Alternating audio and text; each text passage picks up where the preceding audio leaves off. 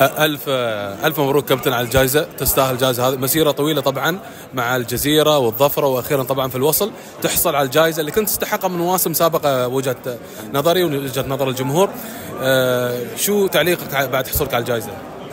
اللهم لك الحمد، هذه هي البداية، وبالعكس نحن طموحاتنا كل سنة إن شاء الله ننهي هذا المكان إن شاء الله، ونقدم في السنوات القادمة إن شاء الله نقدم أفضل ما عندنا، وأكيد إنك بتكون من ضمن المرشحين، وإن شاء الله لكل مجتهد النصيب، ومبروك لكل إخواني اللي فازوا، معوضين خير إن شاء الله لإخواني اللي ما حالفهم الحظ إن ياخذون الجوائز هاي السنة. وأنت مجتهد يا خالد، والجمهور كذلك يحبك، شو الكلمة تقولها للجمهور؟ أول شيء حاب أشكرهم، حاب أشكر دعمهم الصراحة اللامحدود لخالد، وما أنسى أكيد فضلهم، لولاهم هم خالد السناني واللعيبة إخواني اللعيبة ما بيحققون هذا الإنجاز أكيد.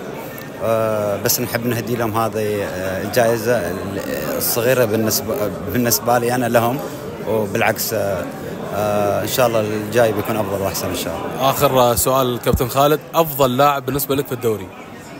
خذها اليوم. خذها اليوم علي صالح؟